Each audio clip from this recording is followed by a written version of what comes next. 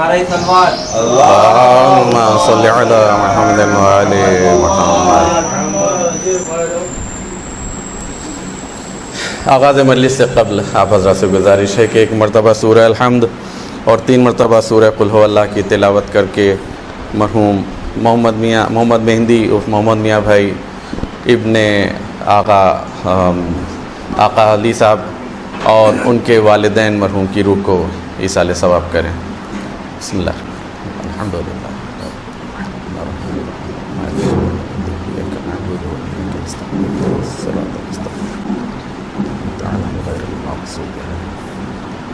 بسم اللہ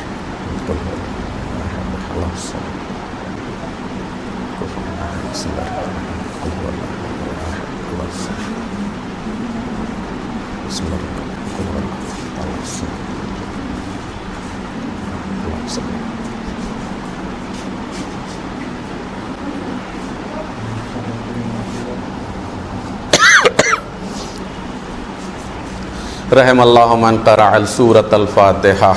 بسم اللہ الحمد للہ رب العالمین الرحمن مالک یوم الدین اهدنا الصراط المستقیم صراط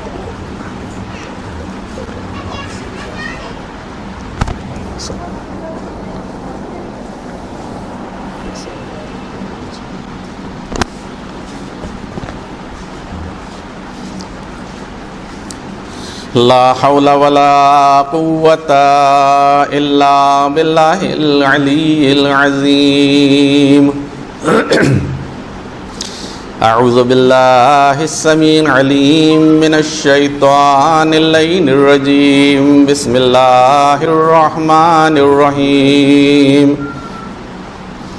رب اشرح لي صدري ويسر لي أمري واحلل عقدۃ من لسانی یفقہوا قولی بسم اللہ الرحمن الرحیم الحمد للہ رب العالمین والصلاة والسلام علی اشرف الانبیاء والمرسلین سیدنا و نبینا و شفیعنا ابی القاسم محمد وأهل بيته الطيبين الطاهرين المعصومين الذين أذهب الله عنهم الرجس وطهرهم تطهيرا اللهم صل على محمد وعلى ولعنة الله على أعدائهم أجمعين من يومنا هذا إلى قيام يوم الدين آمین یا رب العالمین اما بعد فقد قال اللہ سبحانہ تبارک و تعالی فی القرآن المجید والفرقان الحمید وقولہ الحق بسم اللہ الرحمن الرحیم تلک الرسل فضلنا بعضهم على بعض منهم من کلم اللہ ورفع بعضهم درجات صلوات صلی اللہ محمد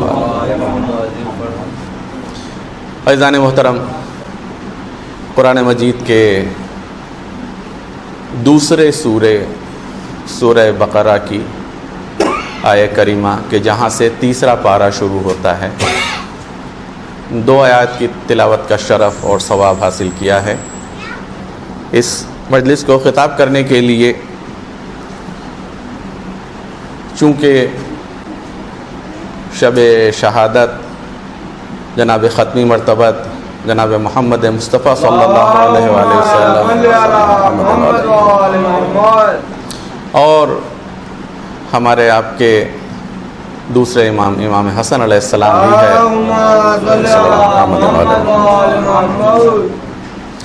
لہذا میں نے اس آیہ کریمہ کو انتخاب کیا ہے آج کی اس مختصر سی مجلس کو خطاب کرنے کے لیے۔ اس عزاخانے کی یہ سالانہ مجلس ہے، اس کا اہتمام ہمارے محمد میاں بھائی کیا کرتے تھے، لیکن آج وہ ہمارے درمیان نہیں ہیں، لیکن اللہ کا کرم ہے کہ سلسلہ جاری ہے، سلسلہ ازا جاری ہے وہ نہیں ہیں، تو ان کے اولاد اور ان کے خاندان کے دیگر افراد نے بھی اس صف ازا کو بچھایا اور سید الشہداء کا ذکر کرنے کے لیے مجلس برپا کی گئی۔ ایک صلوات بھیجیں بر محمد و آل محمد۔ ارشاد ہوا تلک الرسل فضلنا بعضهم علی بعض، اللہ نے جو 1,24,000 انبیاء بھیجے، حالانکہ ان کی تعداد تو بتلا دی گئی لیکن ان کے اسماء کے بارے میں نہیں بتایا گیا، اور پورے قرآن مجید تلاش کر لیا جائے لیکن کہیں بھی 1,24,000 تو چھوڑیے، 1,000 بھی یا اور صحیح فیگرز میں آئیں تو 100 انبیاء کے نام بھی قرآن سے نہیں ملتے، لیکن جو انبیاء آئے، جو رسول آئے، وہ سب ایک برابر نہیں ہیں، کسی کی منزلت زیادہ ہے، کسی کی منزلت کم ہے۔ وہی آیت نے اعلان کیا تلک الرسل فضلنا بعضهم علی بعض، کہ ہم نے رسولوں میں بعض کو بعض پر فضیلت دی۔ ایک ہی وقت میں ایسا بھی ہے کہ 2 نبی موجود ہیں، لیکن ایک نبی کی فضیلت دوسرے سے زیادہ ہے۔ جناب موسیٰ اور جناب خضر کا واقعہ آپ کا سنا ہوا ہے کہ جناب موسیٰ کہ جن کو اللہ نے نبی بنایا، کتاب عطا کی، اللہ ان سے کلام بھی کرتا تھا، ان کو 9 معجزے عطا کیے گئے، اور ایک وقت وہ آیا کہ جب جناب موسیٰ کو یہ گمان گزرا کہ مجھ سے زیادہ اس وقت کے اوپر صاحب علم بھلا کون ہے، اس لیے کہ اللہ سے کلام بھی کرتے ہیں، اللہ نے کتاب بھی عطا کی ہے، اللہ نے منصب بھی عطا کیا ہے، بس یہ ذہن میں خیال آیا اور فوراً جناب موسیٰ کو حکم ہوا، اے موسیٰ تم ابھی فوراً جاؤ اس جگہ پر جہاں پر یہ 2 دریا ملتے ہیں، دریائے فارس اور دریائے روم جہاں پر ملتے ہیں، وہاں جاؤ اور وہاں جا کے ہمارا ایک بندہ ملے گا، تم اس سے جا کر کے علم حاصل کرو۔ آپ بتائیے کہ جو اتنا بڑا صاحب علم، صاحب کتاب، اس کو یہ کہا جا رہا ہے کہ تم جاؤ اور جا کر کے ہمارے بندے سے علم حاصل کرو۔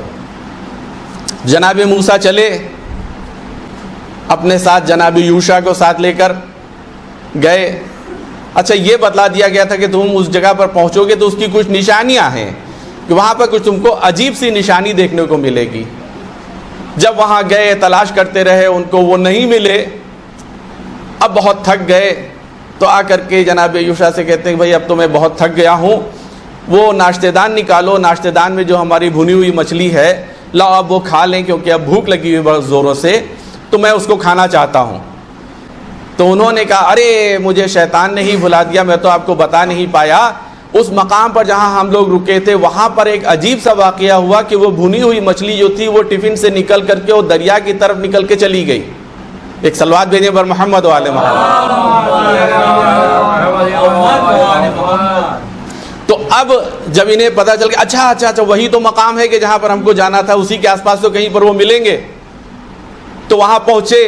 جب پہنچے جناب خضر کے پاس تو ان سے کہا کہ کیا آپ کو اللہ نے جو علم دیا ہے اس میں سے آپ تھوڑا سا علم ہمیں بھی دیں گے؟ دیکھیے ایک جھٹکا کھا چکے ہیں، اس لیے اب احساس ہو گیا کہ ہمارا علم محدود ہے، اللہ نے جس کے پاس بھیجا ہے اس کے پاس ہم سے زیادہ علم ہے۔ لہذا آ کر کے ان سے کہا کہ کیا آپ اپنے پاس آپ کو جو اللہ نے علم عطا کیا ہے اس میں سے آپ ہم کو تھوڑا سا علم عطا کریں گے؟ تو جناب خضر نے ان سے ایک ہی سوال کیا، ایک ہی بات کہی کہ لن تستطیع معی صبرا، میں تم کو ساتھ تو لے چلوں لیکن تم میرے ساتھ صبر نہیں کر پاؤ گے، تم میرے ساتھ صبر نہیں کر پاؤ گے۔ یعنی ایک چیز یہ پتہ لگ گئی کہ علم حاصل کرنے کے لیے صبر بہت ضروری ہے۔ ایک اور صلوات بھیجیں بر محمد و آل محمد۔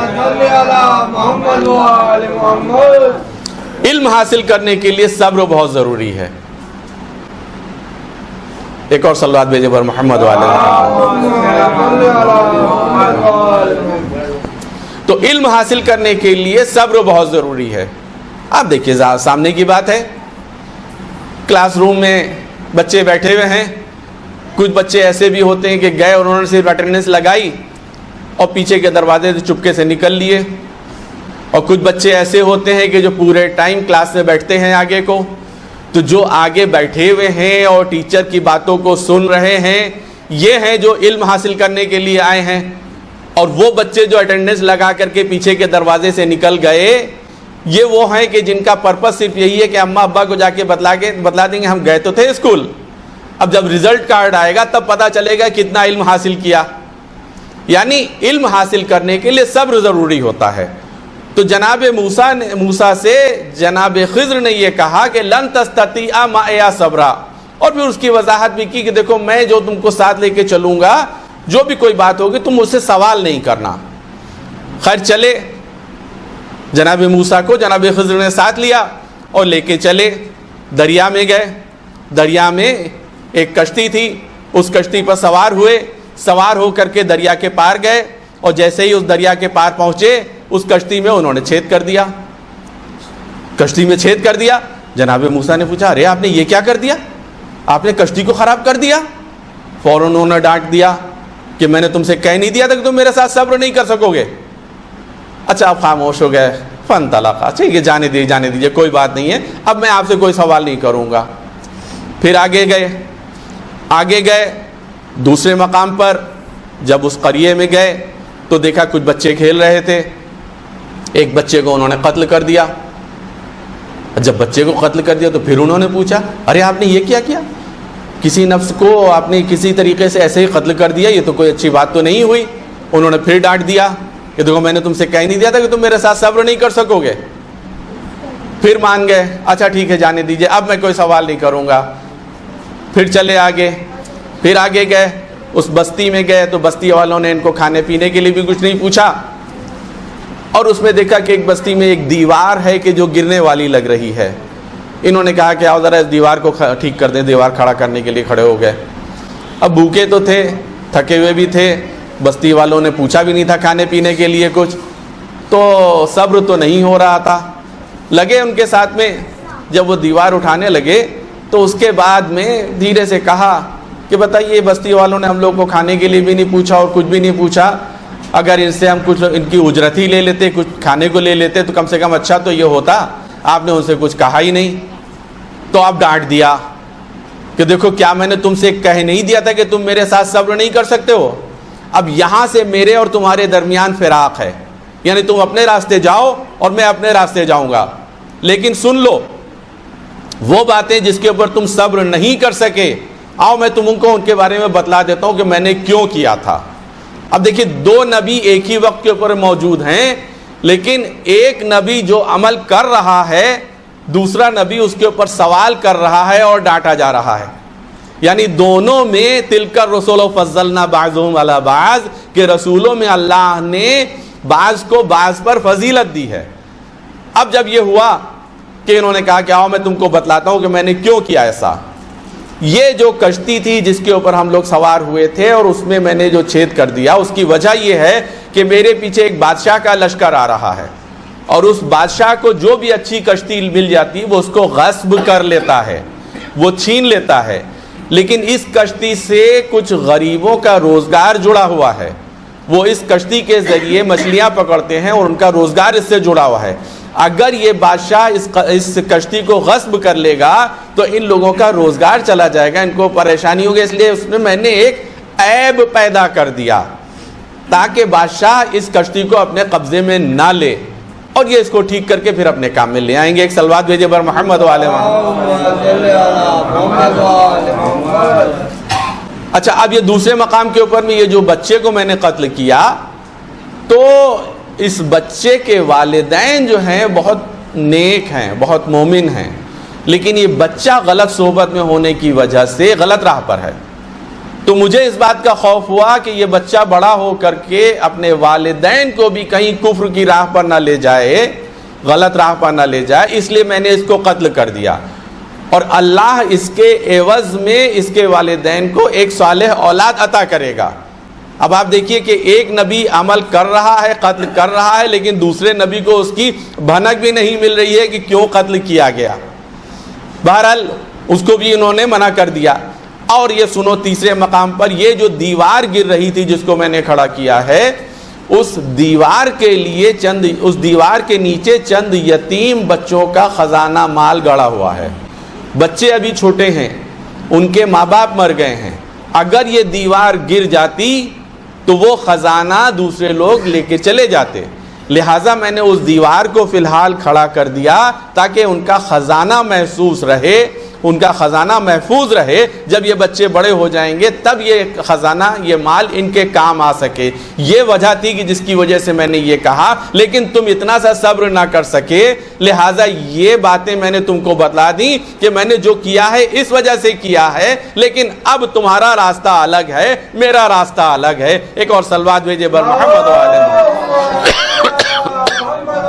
محمد۔ یہی جناب خضر ہیں کہ جن کے بارے میں کئی واقعات ملتے ہیں کہ رسول اللہ کے پاس آیا کرتے تھے اور مسائل دریافت کرنے کے لیے آیا کرتے تھے۔ کہ ایک بار یہ ہوا کہ رسول اللہ کے پاس جناب خضر آئے، امام حسن علیہ السلام رسول اللہ کی آغوش میں تھے۔ ایک صلوات بھیجیں پر محمد والے امام حسن علیہ السلام رسول اللہ کے پاس بیٹھے تھے۔ جب جناب خضر نے آ کر کے مسئلہ دریافت کرنا چاہا تو رسول اللہ نے جناب خضر کو امام حسن علیہ السلام کی طرف متوجہ کرائے کہ آپ میرے اس بچے سے پوچھ لیے جو آپ کو پوچھنا ہے۔ انہوں نے، جناب خضر نے امام حسن علیہ السلام سے اس مسئلے کو پوچھا، جو بھی مسائل تھے ان کو جو پوچھنا تھا وہ انہوں نے پوچھا۔ اب جب وہ جانے لگے تو ایک بار رسول اللہ نے ان کو بلایا کہ آپ مطمئن تو ہیں جو آپ کو مسائل بتائے گئے ہیں؟ انہوں نے کہا جی رسول اللہ، میں پوری طریقے سے مطمئن ہو کر کے جا رہا ہوں، مجھے صحیح مسائل کا حال مل گیا۔ اور وہ چلے گئے۔ جب ان کے جانے کے بعد اصحاب نے کہا یا رسول اللہ، یہ کون تھے اتنے بزرگ شخص؟ ان کو تو میں نے کبھی نہیں دیکھا، یہ کون تھے جو آپ کے پاس مسائل پوچھنے کے لیے آئے؟ تو رسول اللہ نے بتایا کہ یہ جناب خضر ہیں، پیغمبر ہیں، اور یہ میرے پاس اکثر مسائل پوچھنے کے لیے آتے تھے، آج میں نے ان کو حسن کی طرف متوجہ کرا دیا۔ مطلب یہ تھا کہ امام حسن علیہ السلام کے علم کی معیار بتلا رہے ہیں کہ وہ خضر کہ جو جناب موسیٰ کو اپنے پاس اپنا اسٹوڈنٹ کی حیثیت سے نہیں لینا چاہ رہے ہیں، وہ جناب خضر جن کا معیار علم اتنا بلند ہے، وہ جناب خضر آ رہے ہیں رسول اللہ سے مسائل پوچھنے کے لیے، اور رسول اللہ ان کو امام حسن علیہ السلام کے پاس بھیج رہے ہیں، اور امام حسن علیہ السلام ان کو مسائل کا حل بتلا رہے ہیں تشفی بخش، کہ جس سے وہ مطمئن ہو کر کے جا رہے ہیں۔ ایک صلوات بھیجے بر محمد والے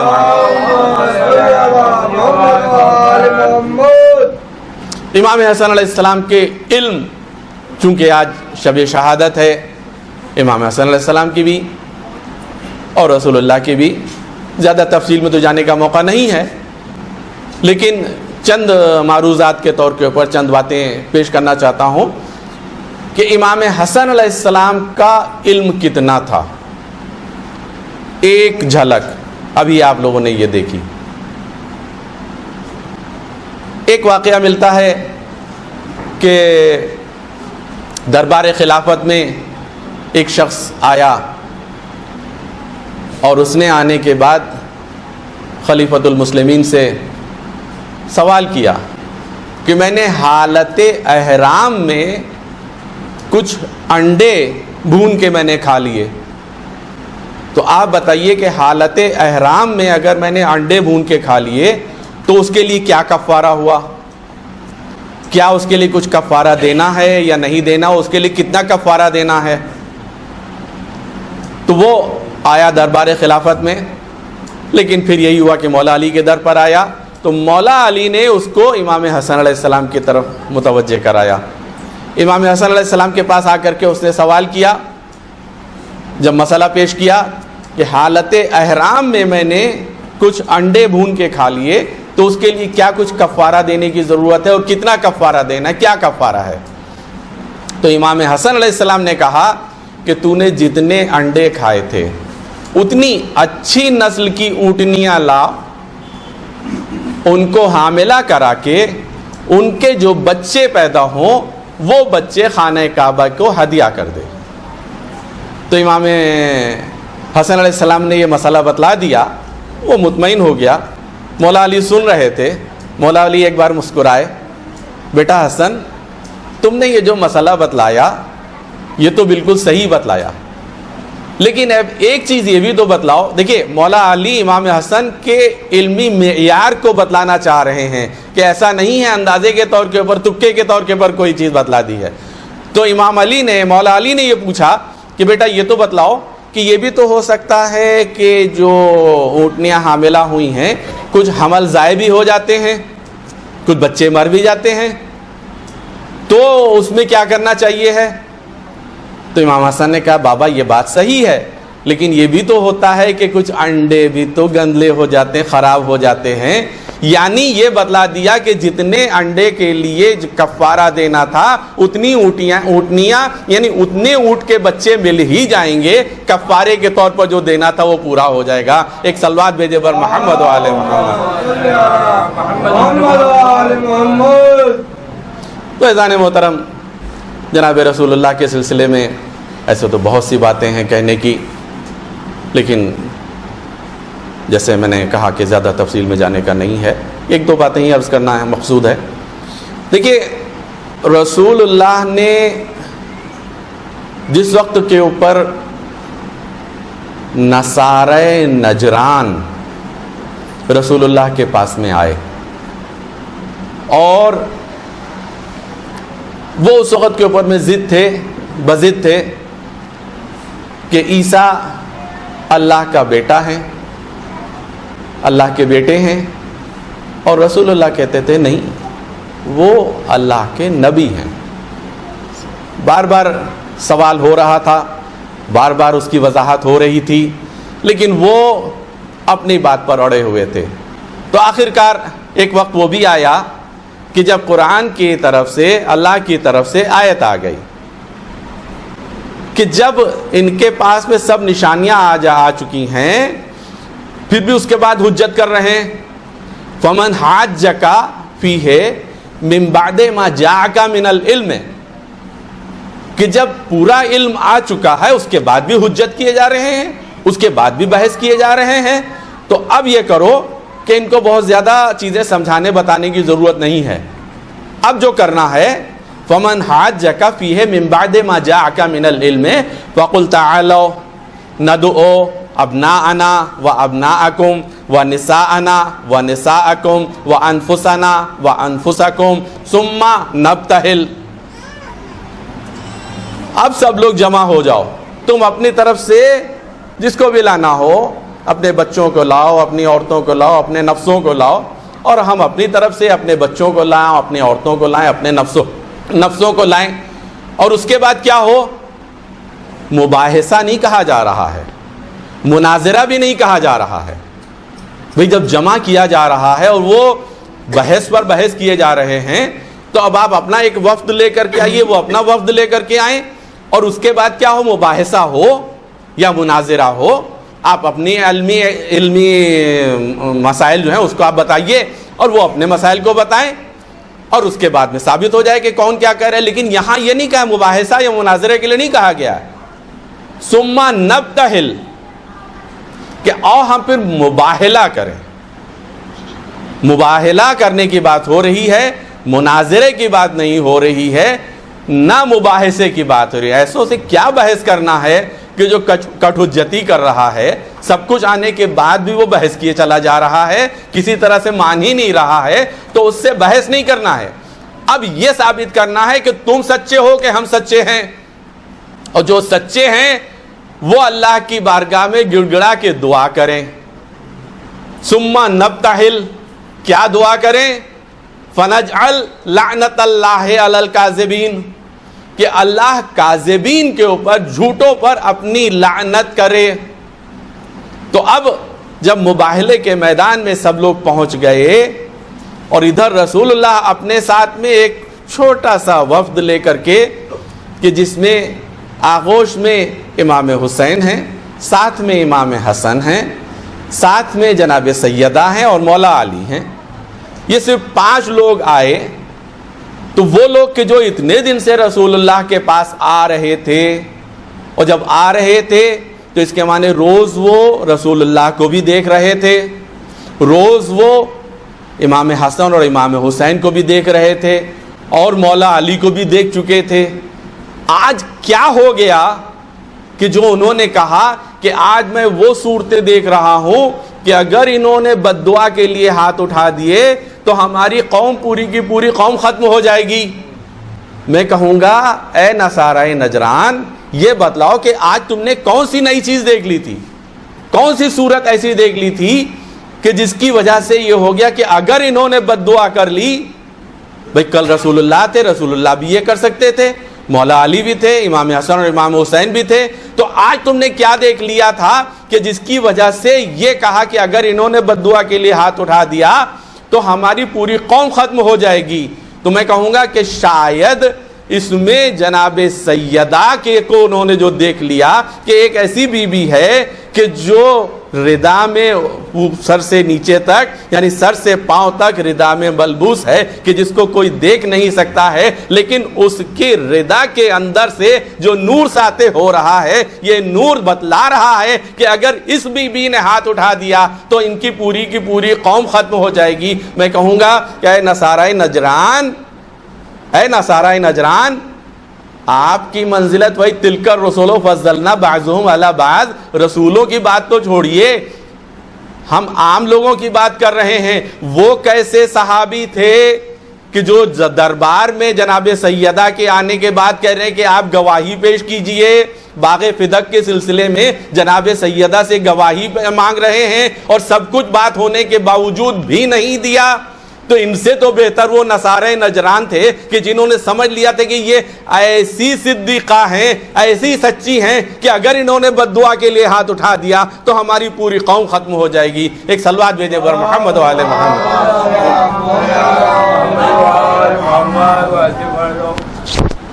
تو عزیزان محترم، رسول اللہ کے صحابی بہت ہیں، اور صحابی کے لیے یہ کہا گیا ہے۔ آج بس ایک نیا گوشہ آپ کے سامنے پیش کرنا چاہتا ہوں، شاید یہ گوشہ آپ لوگوں نے نہ سنا ہو، یہ عطا مولا ہے۔ عرض کرنا چاہتا ہوں کہ دیکھیے، صحابی کی منزلت بہت ہے۔ صحابی کس کو کہتے ہیں؟ وہ جس نے حالت ایمان میں رسول اللہ سے ملاقات کی، رسول اللہ کے ساتھ رہا حالت ایمان میں، ان سب کو صحابی کہا جاتا ہے۔ تو وہ کہ جو واقعاً حالت ایمان میں تھے، ان کی منزلت بہت ہے۔ لیکن صحابی، کیا سب کو صحابی کہا جا سکتا ہے؟ کیا سب صحابی ایک برابر ہیں؟ نہیں، سب صحابی ایک برابر نہیں ہیں۔ اور اگر سب صحابی ایک برابر ہوتے تو کسی ایک کو کیسے خلیفہ مقرر کیا جاتا؟ بھئی سب برابر ہیں تو سب کہتے ہیں کہ ہم کو بناؤ، ہم کو بناؤ، ہم کو بناؤ، پھر آپ الیکشن کرواتے۔ جب الیکشن نہیں ہوا، سلیکشن ہوا، تو سلیکشن ہوا تو یعنی کہ وہ سب برابر نہیں تھے، کوئی زیادہ فضیلت والا تھا، کوئی کم فضیلت والا تھا۔ لیکن دیکھیں، صحابی اور اہل بیت میں بہت فرق ہے۔ صحابی رسول کی بزم میں ہے تو صحابی ہے، رسول کے ساتھ ہے تو وہ صحابی ہے، رسول پر ایمان رکھنے والا ہے تو صحابی ہے۔ اور اگر رسول کے ساتھ بیٹھ رہا ہے لیکن رسول پر ایمان نہیں رکھ رہا ہے تو وہ صحابی نہیں، منافق ہے۔ منافق اور مومن میں کیا فرق ہے؟ کلمہ لا الہ الا اللہ محمد الرسول اللہ یہ بھی پڑھ رہا ہے، وہ بھی پڑھ رہا ہے.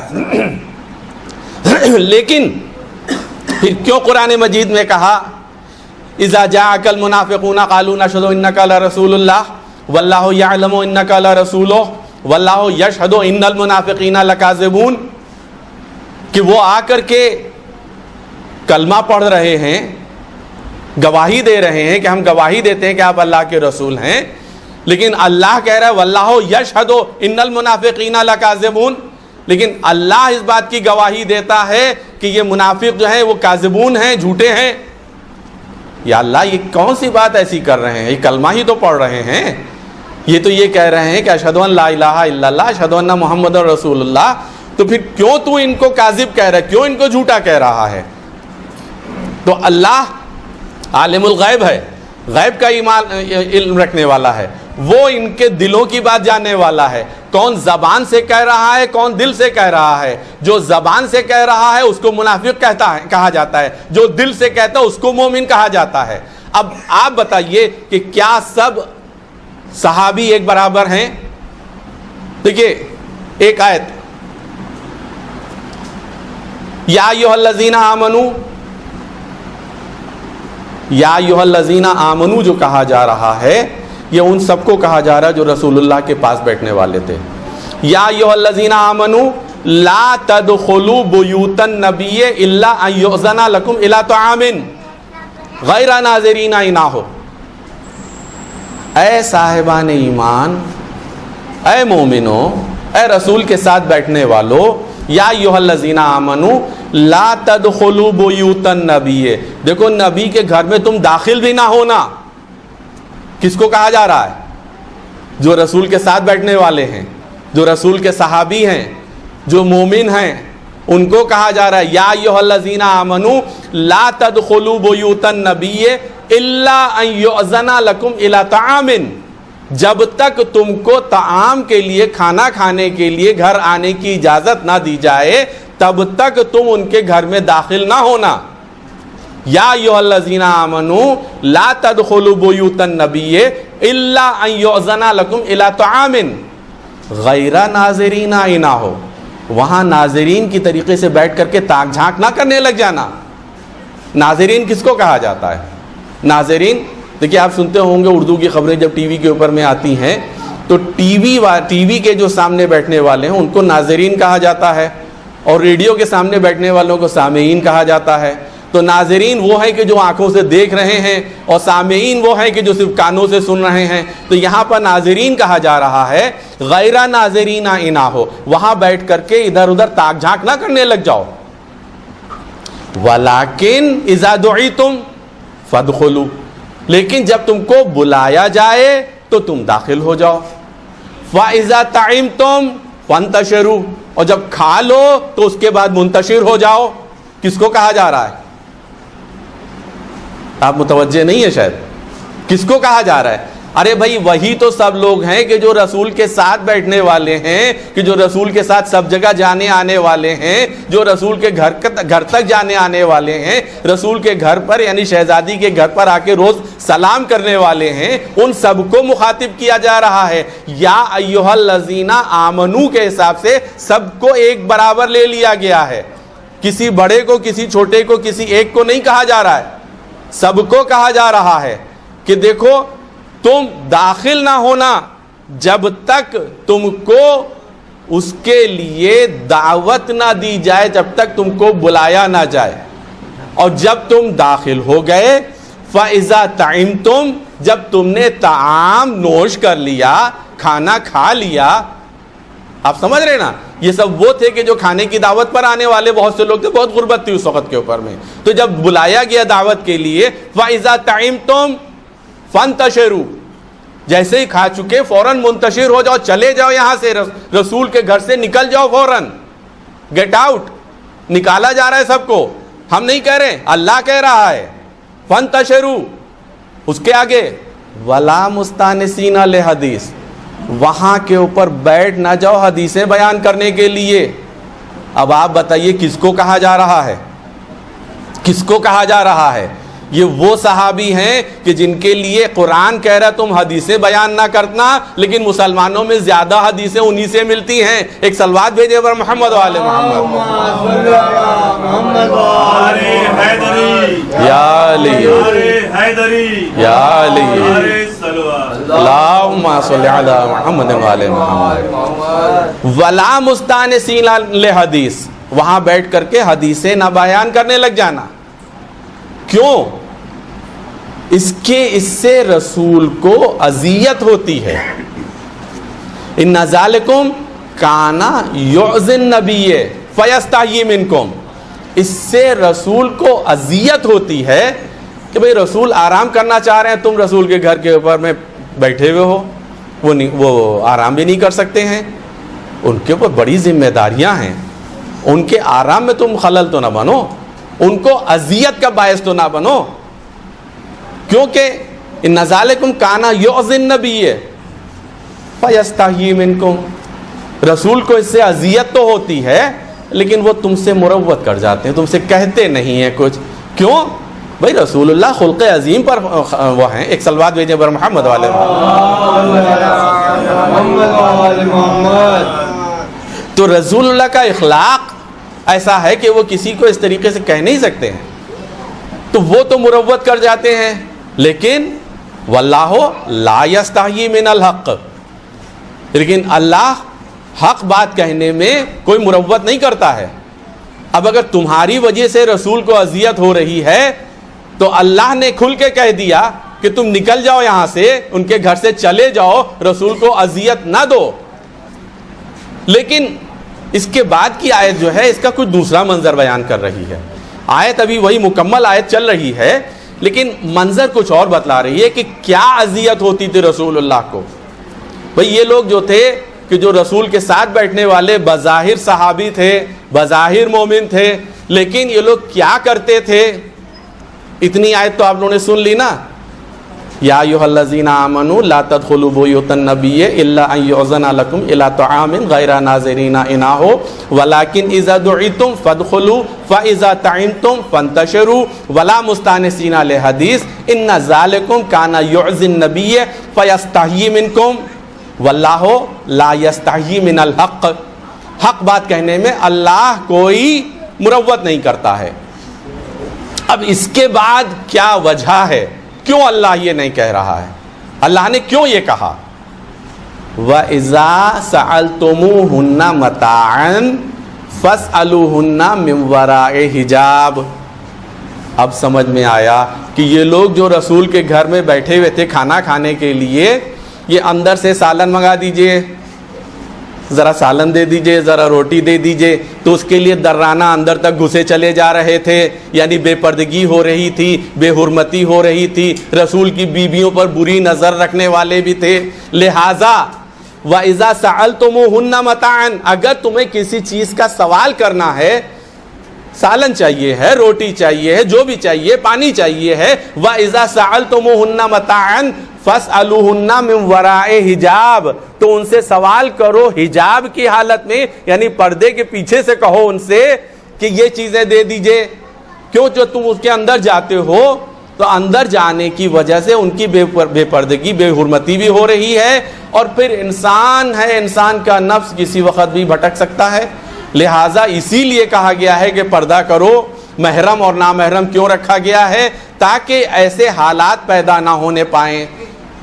اور وَإِذَا سَأَلْتُمُوهُنَّ مَتَاعًا فَاسْأَلُوهُنَّ مِنْ وَرَاءِ حِجَابٍ ذَلِكُمْ أَطْهَرُ لِقُلُوبِكُمْ وَقُلُوبِهِنَّ. یہ ان کے قلوب کو بھی طاہر رکھنے کے لیے، پاک رکھنے کے لیے ضروری ہے. اور جو اندر والیاں ہیں وَقُلُوبِهِنَّ، عورت کو جب خطاب کیا جائے، مرد کو خطاب کیا قلوبہم، اور قلوبہن عورت کے لیے ہے، تو ان کے قلب کو بھی پاک رکھنے کے لیے اور تمہارے بھی قلبوں کو پاک کرنے کے لیے ضروری یہ ہے کہ تم عورتوں کے پاس گھستے نہ چلے جاؤ. اب سمجھ میں آیا کہ یہ جو صحابی تھے اس وقت پر رسول اللہ کے ساتھ بیٹھنے والے تھے، ایسے لوگ بھی تھے کہ جن کو گھر کے اندر گھسنے کی اجازت نہیں تھی. ایک صلوات بھیجے بر محمد و آل محمد. شکریہ.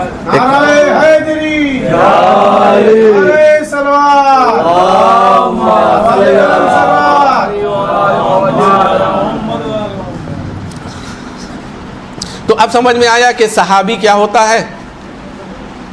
صحابی کی بڑی منزلت ہے، لیکن صحابی وہ ہو کہ جس کو لائسنس ملا ہوا ہو. رسول اللہ جس کو لائسنس دے کہ سلمانو منا اہل بیت، کہ یہ سلمان ہے، یہ میرے گھر والوں میں سے ہے، میرے اہل بیت میں سے ہے، جس کو رسول اللہ یہ سرٹیفکیٹ دے دیں ہم اس کو صحابی مانتے ہیں. اور جس کو وہاں سے ڈبار کیا جا رہا ہے، جس کو نکالا جا رہا ہے، جسے شٹ آؤٹ کیا جا رہا ہے، آپ ان کو صحابی کہیں، لیکن ہم تو ایسوں کو صحابی نہیں کہہ سکتے ہیں. ایک اور صلوات بھیجے بر محمد و آل محمد. تو آپ بتائیے کہ اگر صحابی تھے تو اہل بیت کے مقابلے میں کیوں آئے؟ کہ رسول کی بیٹی، کیوں رسول کی بیٹی کو دربار تک جانا پڑا؟ باغ فدق رسول نے جناب سیدہ کو ہبہ کیا تھا، اور یہ مسلمانوں کا مال نہیں تھا، رسول کا اپنا تھا، لہٰذا ان کو حق تھا کہ اپنی بیٹی کو دیں، اور رسول اللہ نے دے دیا ان کو. لیکن اس کے بعد مسلمانوں نے کیا کیا کہ سب وہ باغ فدق لے لیا. اب جب جناب سیدہ دربار میں آئیں تو دربار میں رسول کی بیٹی کے ساتھ میں تو وہ کیا گیا کہ جو ایک عام مسلمان کے ساتھ بھی نہیں کیا جاتا. ارے دربار میں رسول کی بیٹی آئی، وہ رسول کی بیٹی کہ جب رسول کی بزم میں آتی تھی تو رسول کھڑے ہو جاتے تھے اپنی جگہ سے، کہ جس کے لیے رسول کہتے ہیں کہ یہ میرا جگر کا ٹکڑا ہے، جس سے رسول اتنے زیادہ احترام کرتے تھے. کیوں رسول اتنا احترام دیتے جناب سیدہ کو؟ اس لیے کہ جناب سیدہ مرکز طہارت ہیں. اور وہ بیٹی، رسول کی بیٹی، دربار خلافت میں آتی ہے، آنے کے بعد اپنا مقدمہ پیش کرتی ہے کہ یہ باغ فدق میری جائیداد ہے، میرے بابا نے مجھے دیا تھا.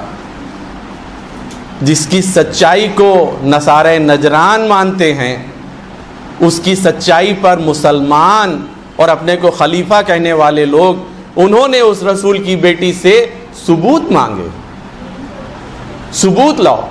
اور ثبوت دینے کے بعد جب ایک صدیقہ کہہ رہی ہے تو تمہیں ثبوت کی کیا ضرورت رہ جاتی تھی؟ اور جب ثبوت بھی دے دیے تب اس کے بعد اس میں اپنی طرف سے پخ کہ نہیں یہ ثبوت نہیں مانیں گے، یہ نہیں مانیں گے، وہ نہیں مانیں گے، وہ نہیں مانیں گے، تمام طریقے سے ان کی بیٹی کو. اور جناب علی، ایک واقعہ آپ کو بس بتا دوں اور یہیں سے بات کو اختتام کی طرف لے کے چلنا چاہتا ہوں کہ ایک جگہ پر، جگہ نہیں بتاؤں گا، کہ ایک جگہ پر ایک صاحب تھے، اہل سنت کے ذاکر تھے، اہل سنت کے مولانا تھے. وہ ایک شہر میں آئے، محرم کے سلسلے میں کچھ انہوں نے لیکچر دیا، اس میں کچھ اہل بیت کی شان بھی بیان کی. اور اس کے بعد جب وہ بیان کر چکے تو خلفاء کی منزلت بیان کی اور اہل بیت کی بھی بتائی. اور جب وہ بیان کر چکے وہاں سے ہٹ گئے تو ایک اہل بیت کا چاہنے والا ان کی بات کو سن رہا تھا. جب یہ ختم کر کے وہاں سے ہٹے تو انہوں نے جا کر کے ان سے پوچھا کہ جناب ابھی آپ تقریر کر رہے تھے؟ انہوں نے کہا جی. انہوں نے پوچھا کہ میں آپ سے آپ کا نام پوچھ سکتا ہوں؟ انہوں نے کہا کہ میرا نام محسن صدیقی ہے. تو انہوں نے کہا آپ سے ایک سوال کر سکتا ہوں کیا؟ جی پوچھیے. آپ کا جو نام محسن رکھا گیا ہے، آپ یہ بتلا سکتے ہیں کس رسول یا کس پیغمبر کا نام محسن تھا کہ جس کے نام پر آپ کا نام رکھا گیا؟ تو تھوڑی دیر سکتے میں کہنے لگے کہ مجھے تو نہیں یاد آ رہا ہے کسی رسول کا، پیغمبر. انہوں نے کہا ٹھیک ہے کوئی بات نہیں، آپ وقفہ لیجئے، آپ جا کر کے اپنے علماء سے پوچھ لیجئے، اپنے مولاناؤں سے پوچھ لیجئے، کتابیں دیکھ لیجئے. آپ کو جب جواب مل جائے تو آپ دیکھیے یہیں سامنے ہے میرا، اس گلی کے اندر میرا گھر ہے، آپ یہاں آئیں گے، اس پان والے سے آپ پوچھ لیجیے گا میرا یہ نام ہے، یہ بتا دے گا. نہیں تو یہ چائے والا آپ اس سے پوچھ لیجیے گا، یہ بتا دے گا، آپ کو میرے گھر تک پہنچا دے گا. چلے گئے. 15 دن کے بعد وہ صاحب آئے اور آنے کے بعد کہتے ہیں کہ صاحب میں نے بہت تلاش کیا لیکن مجھے کسی کا نام نہیں ملا, کسی نبی یا کسی پیغمبر یا کسی امام کا نام محسن نہیں ملا. تو انہوں نے کہا کہ آپ کو معلوم ہے کہ محسن جناب سیدہ کے چھوٹے بچے کا نام, چھوٹے بیٹے کا نام تھا. لیکن کیا بات کہتے ہیں, ان کی تو 2 ہی اولادیں تھیں, حسن اور حسین, یہ تیسرا بیٹا ان کے کہاں تھا؟ تو انہوں نے کہا کہ جی یہ ان کا بیٹا جو بطن مادر میں تھا, رسول اللہ نے نام رکھا تھا محسن, لیکن بعد رسول یہ ہوا کہ شہزادی کے در پر آگ لگائی گئی اور وہ دروازہ گرایا گیا. اس دروازہ گرانے کی وجہ سے یہ بچہ بطن مادر میں شہید ہو گیا. سننا تھا. کہنے کیا بات کہتے ہیں جناب, یہ کب کی بات ہے؟ انہوں نے کہا بس رسول اللہ کی وفات کے فوراً بعد کا واقعہ ہے یہ. کہ خلیفہ اول کے دور کا واقعہ؟ کہنے جی خلیفہ اول کے دور میں یہ ہوا کہ رسول کی بیٹی کے گھر کے اوپر میں ایسے آگ لگائی گئی اور دروازہ گرایا گیا, میں نے تو کبھی نہیں سنا. انہوں نے کہا آپ کے مولانا نے آپ کو یہ نہیں بتلایا, لیکن آپ اگر تلاش کرنا چاہیں تو آپ کتابیں دیکھ لیجئے. کتابوں کا حوالہ دیا, تمام صحائف ستہ کا حوالہ دیا. انہوں نے کہا کہ آپ ان کتابوں میں دیکھ لیجئے, اور اگر آپ کو نہیں ملتی ہیں یہ کتابیں تو آپ مجھ سے کہیے گا, میں آپ کو مہیا کرا دوں گا. انہوں نے جب وہ تلاش کیا اور تلاش کرنے کے بعد میں یہ ملا کہ خلیفہ اول کے دور میں, یعنی رسول کے وفات کے چند دن کے بعد یہ ہوا کہ شہزادی کے گھر پر آگ لگائی گئی اور مسلمان وہاں جمع ہوئے, اور مسلمانوں نے آگ لگانے کے بعد وہ دروازہ شہزادی کے اوپر گرایا. تو جب انہوں نے یہ پڑھا, اپنی نظروں سے پڑھا, تو اب انہیں تھوڑا سا اطمینان ہوا. اب پھر 15 دن کے بعد جب ملاقات ہوئی تو انہوں نے آ کے کہا کہ جی آپ نے جو بتایا تھا میں نے اس کو پڑھا تو, لیکن مجھے بڑا تعجب ہے کہ یہ خلیفہ اول کے دور میں ایسا ہوا کہ رسول کی بیٹی کو اس طریقے سے اذیت دی گئی. انہوں نے کہا جی آپ نے تو یہ پڑھا ہے, آپ نے یہ نہیں دیکھا کہ خلیفہ اول کے دربار میں شہزادی کو دربار میں بلایا گیا اور 4 گھنٹے تک شہزادی کو دربار میں کھڑا رکھا گیا. کیا بات کہتے ہیں, وہ بیٹی کہ جن کو رسول اتنا احترام کرتے تھے ان کو خلیفہ اول نے دربار میں بلایا اور 4 گھنٹے تک کھڑا رکھا؟ میں نہیں مانتا, نہیں مانا پہلے انہوں نے.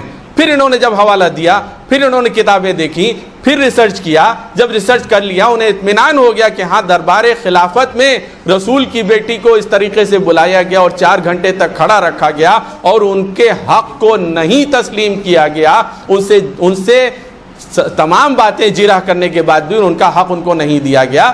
اب ان کو بڑا تشویش ہوئی کہ خلیفہ اول کے دربار میں شہزادی کو بلایا گیا اور 4 گھنٹے تک کھڑا رکھا گیا. میں نے دیکھا تو, لیکن مجھے یقین نہیں ہو رہا ہے کہ خلیفہ اول کے دور میں ایسا ہوا. انہوں نے کہا کہ آپ نے ابھی کیا پڑھا ہے, آپ کو اس کے آگے بھی اور پڑھیے کہ شہزادی کو کیسی کیسی اذیت دی گئی, شہزادی کو کیسا چھڑی ماری گئی, شہزادی کو کیسی کیسی اذیت دی گئی, علی کے گلے میں رسن باندھی گئی. یہ سننا تھا کہ وہ بے قرار ہو گئے.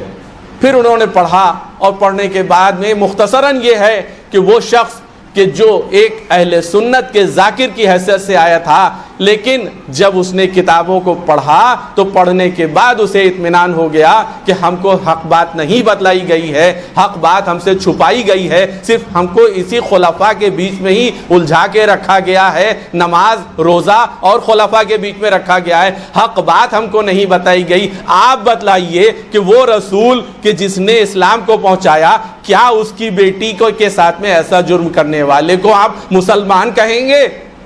کیا اس کے ساتھ میں ایسا ظلم کرنے والے اور ایسے بڑے مجرم کو کیا مسلمان کہا جا سکتا ہے؟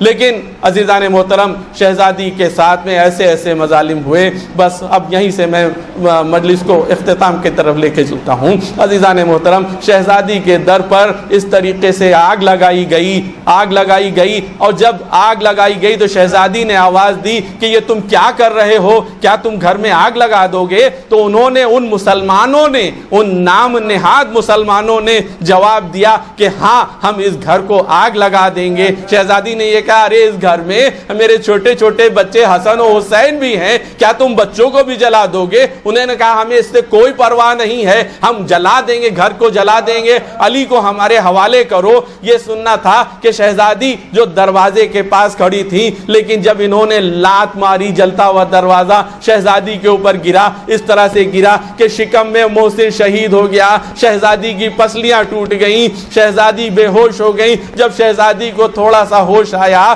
تو ایک بار جناب فضہ سے کہتی ہیں اے فضہ ابو الحسن کہاں ہیں؟ جناب فضہ نے بتلایا کہ ابو الحسن کو لوگ اس طرح سے لے کر کے گئے ہیں کہ رسیوں میں لے کر کے گئے ہیں. شہزادی اپنے دکھ کو بھول گئیں, اپنی تکلیف کو بھول گئیں, ردا ڈال کر کے باہر آتی ہیں کہتی ہیں خلو ابو الحسن, خلو ابو الحسن, ابو الحسن کو چھوڑ دو ورنہ میں اپنے سر کے بالوں کو پریشان کر دوں گی. میں کہوں گا اے شہزادی آپ نے تو صرف اتنا کہا کہ میں اپنے سر کے بالوں کو پریشان کر دوں گی کہ مسجد نبی کی دیواریں بلند ہونے لگیں.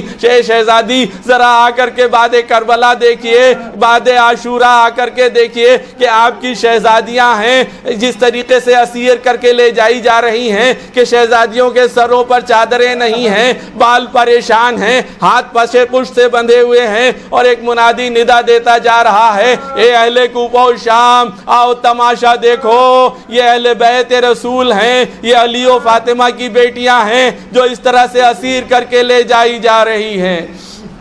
وَسَيَعْلَمُ الَّذِينَ ظَلَمُوا أَيَّ مُنقَلِبٍ يَنقَلِبُونَ إِنَّا لِلَّهِ وَإِنَّا إِلَيْهِ رَاجِعُونَ.